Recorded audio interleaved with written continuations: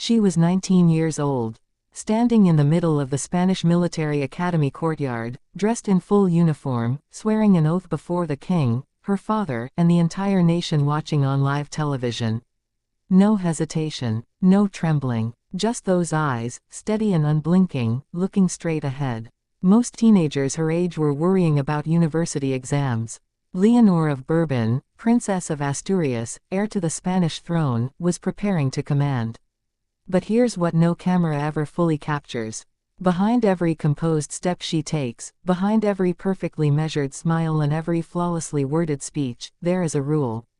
A single, ancient, unwritten, and yet absolutely unbreakable rule that shapes every decision of her life.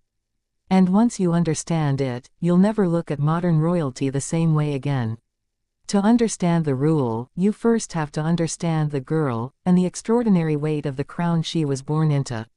Leonor Alejandra Maria Isabel de Toulouse Los Santos de Borbón y Ortiz was born on October 31, 2001, in Madrid. She was the first child of then Crown Prince Felipe and his wife, the former television journalist Letizia Ortiz Roquesolano. The birth of a daughter sent an immediate shockwave through the Spanish constitutional system. Because Spain's throne had, for centuries, passed through male heirs first. But something had quietly changed. In 2005, with Leonor still a toddler, the Spanish parliament debated, and ultimately confirmed, that a constitutional amendment was being considered that would establish absolute primogeniture. Meaning the throne would pass to the eldest child, regardless of gender.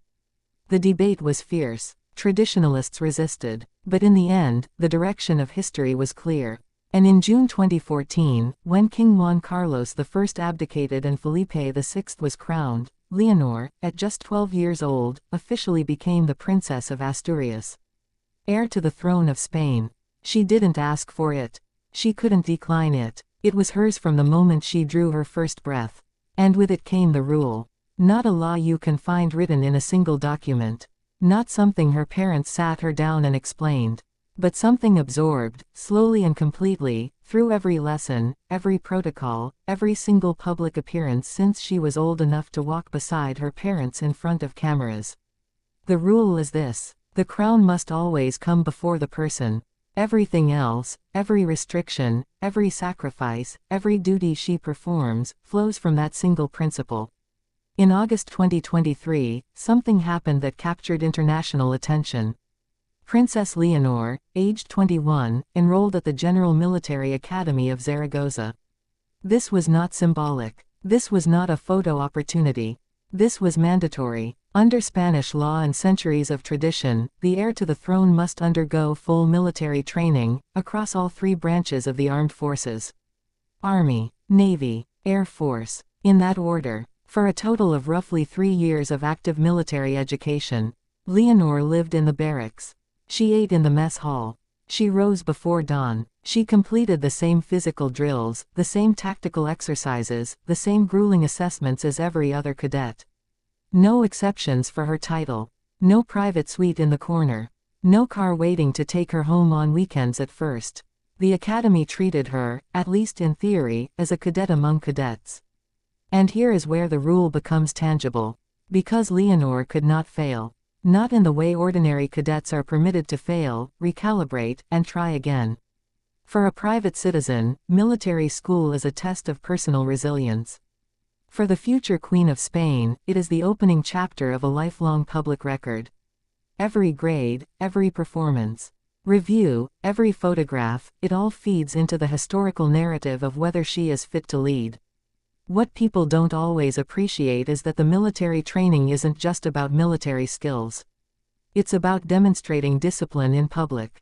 It's about showing the Spanish people, and frankly, the world, that this young woman can operate under pressure, follow a chain of command, and eventually lead one.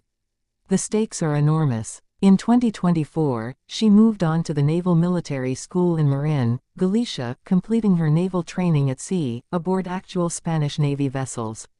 She was photographed in naval whites, at the helm, in the rain, on deck. The images went around the world. Comment sections in the US, UK, and across Europe lit up. Because there is something undeniably arresting about a young woman, a future queen, not being sheltered from the elements. Not being managed from behind glass.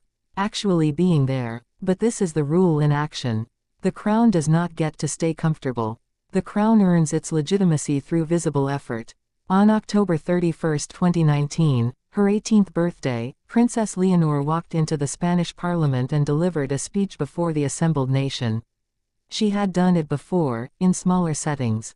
But this was different. This was constitutional. Upon turning 18, the heir to the throne is required, by law, to swear an oath to the Spanish Constitution before the Cortes Generales, the national parliament.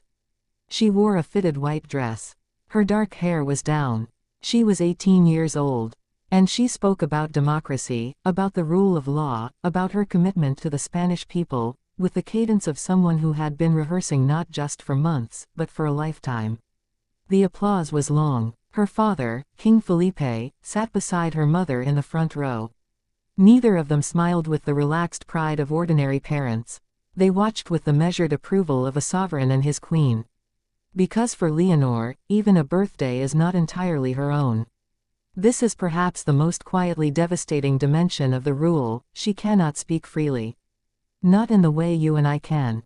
Every speech Leonor delivers is reviewed, calibrated, and constructed to represent not her personal opinion, but the position of the crown. In a constitutional monarchy, the sovereign must remain above partisan politics. That means she cannot say who she would vote for. She cannot publicly criticize a law she privately opposes. She cannot post an opinion on social media and then delete it 20 minutes later when she changes her mind.